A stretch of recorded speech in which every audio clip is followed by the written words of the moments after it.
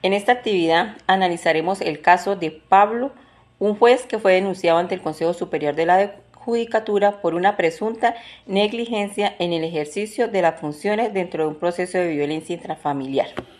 Según los hechos planteados, el juez no habría actuado con diligencia y celeridad necesaria para garantizar la protección de la víctima, permitiendo que el presunto agresor continuara en libertad sin las medidas de protección adecuadas.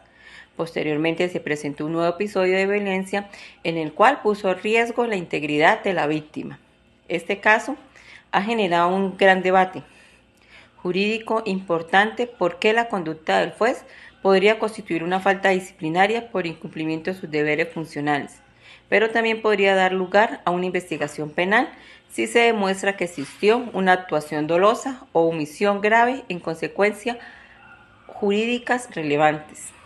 A continuación, vamos a presentar nuestras posturas frente al caso, teniendo en cuenta el concepto de ilicitud sustancial y los principios del derecho disciplinario y penal. Mi nombre es Orlando Antonio Arenas Quireno. Quiero participar de la actividad número 6 de ética jurídica, la responsabilidad en la ponderación zoológica del sujeto y de las instituciones jurídicas. Antes de analizar el caso del juez Pablo, quiero nombrar alguna jurisprudencia a la cual yo me basé para dar mi opinión. La ley 1952 de 2019 establece que una conducta es disciplinariamente relevante cuando afecta sustancialmente el deber funcional. El artículo 2 de la Constitución, el artículo 13, la ley 1257 de 2008, la ley 906 de 2004, las tres sentencias también que hacen referencia a estos casos sobre violencia. La sentencia T878 de 2014 que establece la obligación de actuar con debida diligencia a casos de violencia. La sentencia T012 de 2016 que reitera el deber, la protección efectiva de las víctimas. Y por último la sentencia 097 de 2016 que destaca la importancia de las medidas de protección en casos de violencia. Después de haber leído sobre este caso sobre la violencia doméstica y cualquier tipo de violencia, pues considero que como argumento principal puedo decir que el juez sí tiene que ser investigado disciplinariamente por haber vulnerado el principio de debida diligencia, por conceder la libertad a un individuo sin proteger los derechos fundamentales de una víctima, y penalmente por no adoptar medidas efectivas de protección, poniendo en riesgo derechos fundamentales de la víctima como la vida y la integridad y el acceso a la justicia, lo que podría generar responsabilidad penal según las pruebas presentadas por la víctima. Considero que ese juez tomó la determinación de darle libertad a esta persona, pero no miró que la víctima podía ser nuevamente agredida, que la vida y la integridad de esa persona estaba en peligro, tanto la de ella como la de su familia. Por esto considero que sí hubo una negligencia. Él tenía que ver obrado de tal manera que ambas partes hubieran salido favorecidas en la actuación. Penalmente considero que se podía hacer una investigación penal por parte de la Fiscalía y jueces por omisión, por prevaricato por omisión y quizás por abuso de autoridad. Lógicamente que la actuación, considero que la actuación de este juez no fue la más apropiada, porque no garantizó, de pronto le garantizó un derecho al reo, pero le violó los derechos fundamentales a la vida y a la integridad de su víctima. Entonces, a mi forma de ver y por lo que se puede comprobar con respecto a este caso y la jurisprudencia que leí, puedo considerar que a este juez lo pueden investigar tanto disciplinariamente por parte de la Comisión Seccional de Justicia Disciplinaria o penalmente a través de Fiscalía o juez de la República. De esta manera, pues, es mi aporte con respecto a este video. Y pues sí, aprovecho la oportunidad para agradecer al profesor por sus conocimientos transmitidos en esta asignatura. Mil gracias.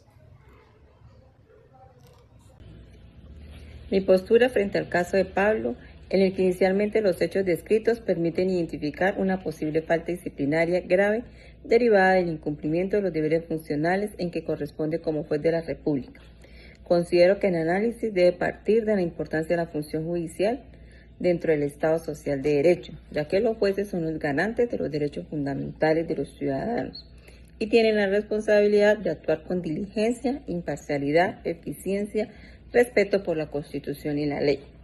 En el caso que nos están planteando hoy, que es el caso de Pablo, él ya conocía esta situación porque era relacionada con una violencia intrafamiliar, una problemática que siempre reviste especial gravedad, debido a los riesgos que representa la vida, la integridad física y la psicología de las víctimas. En Colombia, la violencia basada en género y la violencia intrafamiliar han sido reconocidas por la Corte Constitucional como fenómenos que requiere una atención reforzada por parte de las autoridades públicas, precisamente porque las víctimas siempre suelen encontrarse en condiciones de vulnerabilidad y requieren medidas oportunas de protección.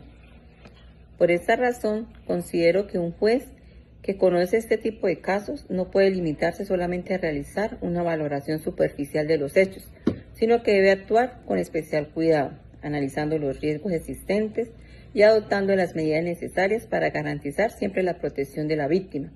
Cuando una autoridad judicial omite actuar con diligencia o exigencia o retrasa injustificadamente la adopción de decisiones que se pueden evitar nuevos hechos de violencia, no solo cuando se incumple una obligación legal, sino que pone en riesgo los derechos fundamentales protegidos por la Constitución.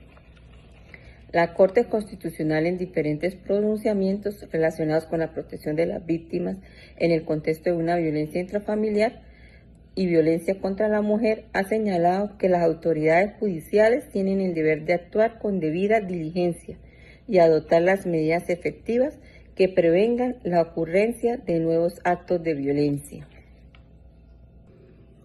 Esta obligación no es simplemente una formalidad procesal, sino es la garantía real para la protección de los derechos humanos de las víctimas.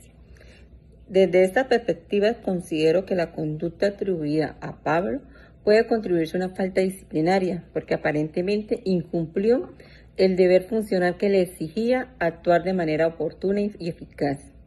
El hecho de que el agresor quedara otra vez en libertad sin ninguna medida de protección necesaria y que posteriormente se produjera un nuevo episodio de violencia, permite cuestionar si realmente se cumplió con el estándar de diligencia que la sociedad espera en un administrador de justicia. Ahora bien, si analizamos el caso desde el concepto ilícito sustancial, encontramos uno de los elementos más importantes del derecho disciplinario, que es la ilicitud sustancial. Implica que la conducta es disciplinariamente relevante cuando afecta de manera significativa el deber funcional asignado al servidor público. Es decir, no basta con verificar si se cumplió una norma o un procedimiento, es necesario demostrar que dicho incumplimiento tuvo la capacidad de afectar los fines del Estado y el adecuado funcionamiento de la administración pública. En el caso de Pablo, la posible ilicitud sustancial se evidencia en la afectación del servidor público, de administración de justicia. La ciudadanía deposita su confianza en los jueces para la protección de sus derechos, especialmente en situaciones de alto riesgo. Si un juez actúa con negligencia frente a una denuncia de violencia intrafamiliar, no solamente está incumpliendo una obligación personal, sino que afecta la confianza pública de las instituciones y compromete la finalidad constitucional de garantizar una justicia efectiva. También considero que el análisis no debe quedarse únicamente en lo que es el ámbito jurídico y disciplinario. También es válido preguntarse si estos hechos podrían dar lugar a una responsabilidad penal. Es importante recordar que el derecho penal opera bajo los principios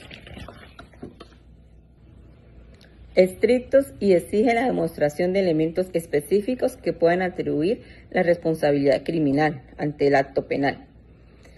Con la información suministrada del caso, no es posible al final afirmar de manera inmediata si Pablo cometió un delito. Por la simple negligencia o la falta de diligencia no siempre son suficientes para configurar una conducta penal. Para hablar de los delitos como el prevaricato por omisión o la omisión de funciones, sería necesario demostrar que el juez actúa de manera consciente y voluntaria, con pleno conocimiento de sus obligaciones y con la intención de incumplirlas a favor indebidamente al agresor.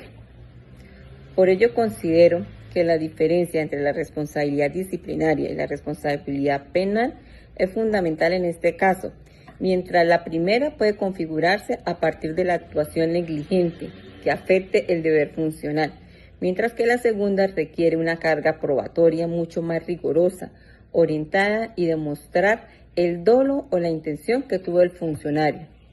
En consecuencia, aunque existen razones suficientes para adelantar una investigación disciplinaria, la eventual responsabilidad penal deberá determinarse a partir de las pruebas que logren recaudar las autoridades competentes. Desde una perspectiva ética, en este caso, también plantea una reflexión importante sobre el papel de los servidores judiciales en la protección de los derechos humanos. La ética jurídica exige que quienes administren justicia actúen con responsabilidad y compromiso frente a las personas que acuden a los tribunales buscando una protección. En situaciones de violencia intrafamiliar, la actuación de un juez puede marcar la diferencia entre garantizar la seguridad de una víctima o exponerla a nuevos riesgos. Por esta razón considero que el comportamiento de Pablo debe ser evaluado no solo desde el cumplimiento formal de sus obligaciones, sino también desde el principio ético que orienta la función judicial. Los jueces tienen el deber de actuar con prudencia, responsabilidad y humanidad, especialmente cuando están en juego derechos fundamentales. En conclusión, yo creo que la conducta atribuida a Pablo presenta elementos suficientes para ser investigada disciplinariamente, debido a la posible afectación de sus derechos funcionales y de los fines de la administración de justicia. Asimismo, considero que la ilicitud sustancial se encuentra presente en la medida en que la actuación cuestionada pueda comprometer la protección efectiva de los derechos de la víctima. No obstante, la existencia de una responsabilidad penal siempre dependerá de lo que se logre demostrar mediante una investigación seria y objetiva, que existió una conducta dolosa o una omisión consciente que le permita atribuirle la comisión de un delito.